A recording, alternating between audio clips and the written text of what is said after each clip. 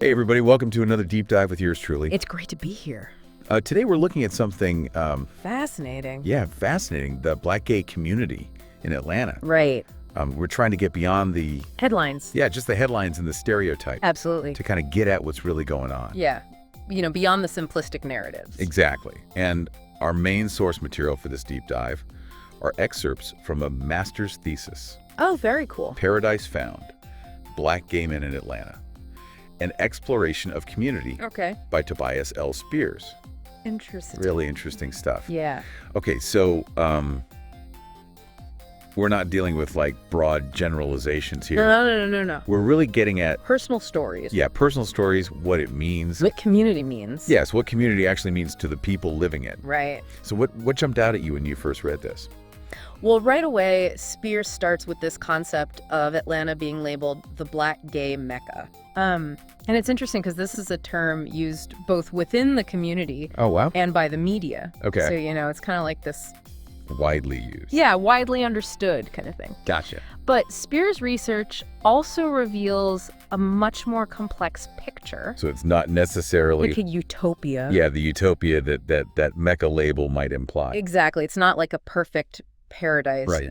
And he doesn't shy away from looking at the internal divisions Oh, interesting. and the challenges that exist alongside the celebrations and the, sense of freedom. Okay. So, for example, many of his interviewees talked about feeling more comfortable with their sexuality in Atlanta than in other places they'd lived. Okay. They described it as a place where they could finally be themselves. That must be an incredibly powerful feeling, Oh, absolutely. to be able to finally embrace your true self. Yeah, and to not be afraid of judgment and to be, celebrated even for who they are.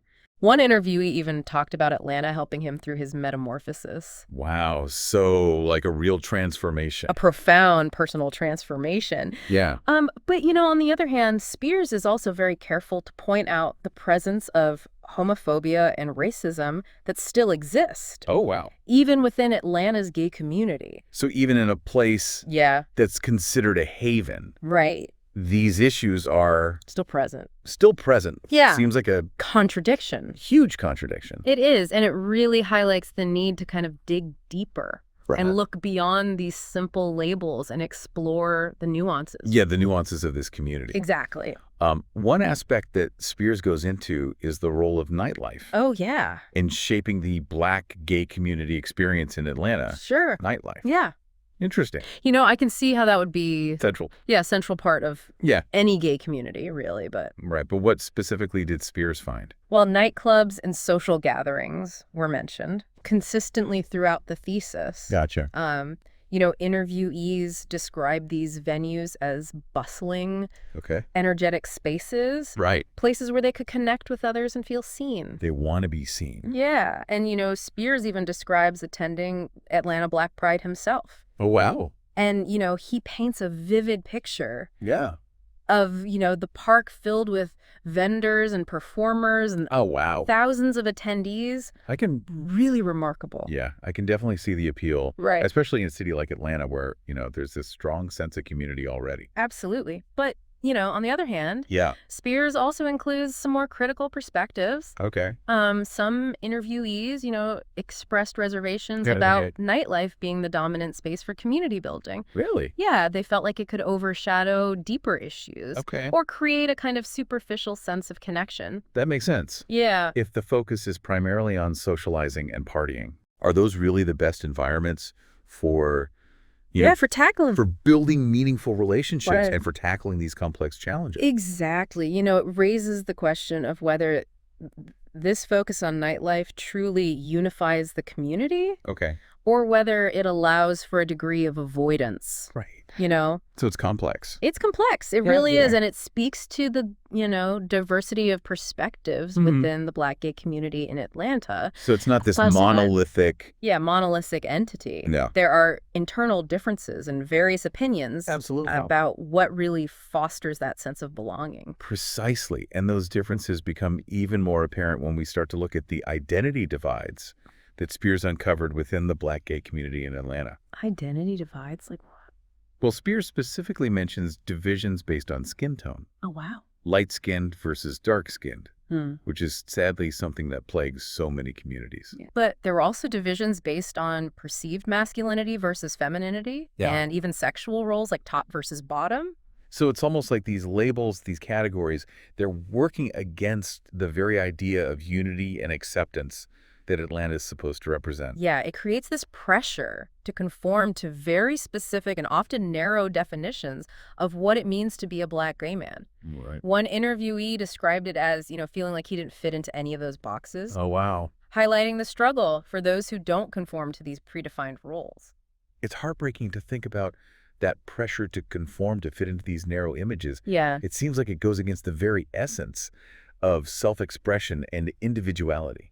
Absolutely. And Spears argues that popular media often reinforces those narrow stereotypical images of Black gay men. Right. Instead of celebrating the diversity within the community, these portrayals perpetuate harmful stereotypes that limit understanding. So even in a city considered a Mecca, there are still these deeply embedded societal norms that can be really limiting. Exactly. But despite those divisions and challenges, Spears' research also uncovered a profound sense of shared values and care within Atlanta's Black gay community. That's good to hear. Yeah. What kind of shared values did he find? Well, many of the interviewees expressed desires that are common across most communities. Okay. Successful relationships, fulfilling careers, and that fundamental sense of belonging. Yeah. They want the same things that most people want, regardless of their race or sexuality. Makes perfect sense. Yeah. It reminds us that at the heart of it, we're all human, Right. striving for connection, love, and a sense of purpose. Precisely, and beyond those individual desires. Spears observed this concept he calls ethics of care within the community.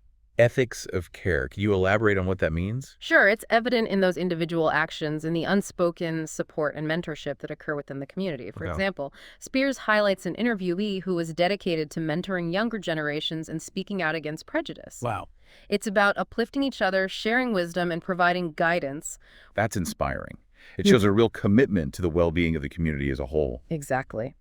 Another example of this ethics of care is the emphasis on honesty within relationships, and notably in relation to HIV status. Okay. Spears found that many interviewees viewed honesty about their status as an act of responsibility towards the community. So it's about protecting each other, even when it's difficult. Yes, it speaks to a sense of accountability and recognizing that individual actions have an impact on the well-being of the entire community. Right. It seems like Spears' research reveals a really nuanced picture of Atlanta's Black gay community. It does. He doesn't shy away from the complexities, the contradictions, and the diversity of experiences. Yeah. In fact, one of the central questions he grapples with is whether there truly is a cohesive community of Black gay men in Atlanta, Okay. or whether it's more accurate to describe it as a collection of disparate groups. That's a really interesting question. What did he conclude? Well, he doesn't offer a simple yes or no answer. He acknowledges the diverging opinions from his interviewees, Right. some who feel a strong sense of unity, others who experience more division. Right. So it sounds like he concluded that it's more about recognizing this community as a dynamic and evolving entity. Rather than trying to fit it into a neat little box. Right. It's about embracing the multitude of experiences and perspectives that shape this community's reality. Yeah. And it's about understanding how those experiences are impacted by the city itself, by Atlanta. That brings us back to the initial question. Is Atlanta really living up to that Black Gay Mecca title? Right. We've seen glimpses of both celebration and struggle, but how does the city itself shape the Black gay community's experience? Yeah. What does Spears have to say about that? Well, he does note that for many of his interviewees, Atlanta was synonymous with a sense of liberation. Okay. They talked about feeling more comfortable expressing their sexuality there than in other places they had lived. That sense of comfort is huge. Yeah. It's about feeling safe to be yourself, to embrace your identity without fear. It must be a huge relief to finally be in a place where you can just be who you are. Absolutely. And Spears points out that this perception of Atlanta as a haven is often linked to the visibility of the Black gay community there. That makes sense. Yeah. If you see people like you living openly and authentically, it creates this sense of possibility and hope. Exactly. And that visibility is evident in everything from dedicated social spaces to community events like Atlanta Black Pride. Right. which Spears described in detail. Yeah. He painted a powerful image of the park during Black Pride filled with vendors, performers, and thousands of attendees celebrating their identities. It sounds incredibly vibrant and affirming. It is. It's almost like a physical manifestation of that Mecca ideal. Yeah. But even within that celebratory space, Spears observed something that speaks to a deeper issue within the community. Okay, what's that? He specifically mentions an early test booth at Black Pride offering HIV testing. That's a stark reminder of the reality of the HIV/AIDS epidemic, even in a place like Atlanta. It is, and it connects to Spears' observation about the role of sex within this community. Okay. Many of the men he spoke to talked about a culture of casual sex within the Black gay community in Atlanta. Did they view that as a positive or negative aspect of the community? It was actually a mix of both. Okay. For some, it was seen as a form of liberation and self-expression, Right. but others expressed concerns about the lack of emphasis on safe sex practices. I see. So it becomes this double-edged sword. Right. The freedom to explore one's sexuality, but also the potential consequences if safety isn't prioritized. Right, and this is something that community leaders and health organizations are grappling with. Yeah. How do you promote a culture of sexual freedom while also ensuring the well-being of individuals? It's definitely a complex issue, but Spears also uncovers another tension, Okay. one that relates to material resources and community building. You're referring to his observation about the lack of Black gay ownership within Atlanta's gay nightlife scene. Yes. He points out that while Atlanta has this thriving gay nightlife scene, there isn't the same level of Black gay ownership Right. of businesses and property within those spaces. Right. Unlike some other cities with established gay neighborhoods, Atlanta doesn't have that same visible concentration of Black gay-owned establishments. And what impact did that have on the community, according to Spears? Well, some of his interviewees felt that this lack of economic investment was a hindrance to building a stronger sense of unity and ownership. Okay. They felt like they were missing that tangible representation of their community within those spaces. It's like they're participating in this vibrant scene, but they don't necessarily have a stake in its ownership and development. Exactly. And this connects to a larger conversation about the systemic barriers that Black gay men face. Right. Barriers that impact everything from economic opportunities to access to resources. So even in a city deemed a Mecca, there are still deep-seated inequalities that need to be addressed. Absolutely. And Spears' research reveals just how multifaceted this community truly is. He doesn't shy away from exploring the complexities and the internal struggles, including this fascinating question about identity that arises from his interviews. Oh, you mean the question of Black first or gay first? Yes. I've heard that discussed before, but I'd love to hear what insights Spears uncovered. Yes. That's a great topic to explore further. It really gets at the heart of navigating those intersecting identities. It's like being asked to choose between two fundamental parts of who you are. Right, and thankfully, many of Spears' interviewees didn't see it as an either-or situation. Right. They recognize how interconnected these identities truly are. Yeah. Like, you can't separate one from the other. It makes you wonder why anyone would even ask that question in the first place.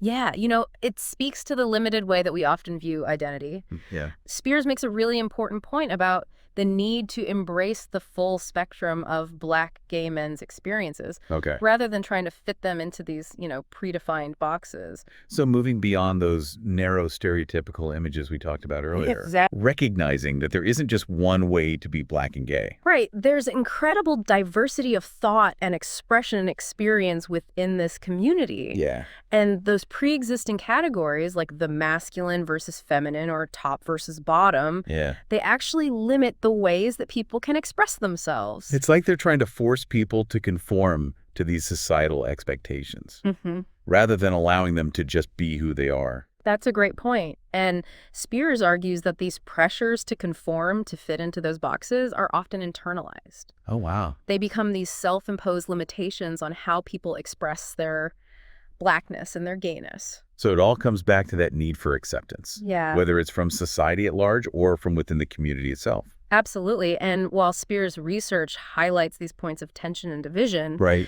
he also found a powerful undercurrent of support and mentorship within the community.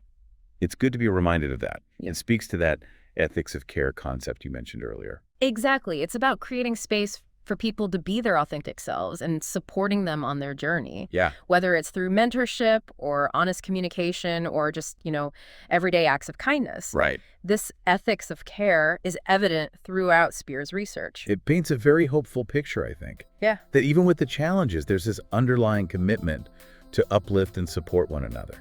It does, but it's also important to remember that this research was conducted back in 2010. Oh, wow, yeah. So much has changed in the world since then. That's true. It makes you wonder, has Atlanta lived up to its reputation as the Black Gay Mecca? Right. Have things gotten better or worse for this community in the years since Spear's thesis? That's a question for all of us to consider. Yeah. I don't think there's one definitive answer. Right. Perhaps it's more about recognizing that no city, no community can be this perfect utopia. It's about acknowledging the progress that's been made while also recognizing the work that still needs to be done. Exactly, and perhaps on a personal level. It's about each of us doing our part to create that space of acceptance and support. Right. Not just in Atlanta, but in every community we touch. That's a powerful thought to end on. So as we wrap up this deep dive into the world of Black gay men in Atlanta, we hope it's given you a lot to think about. Maybe it's challenged some of your assumptions or sparked a desire to learn more. And if it has, well, that's what the deep dive is all about. Thanks for joining us, and we'll see you next time for another fascinating exploration.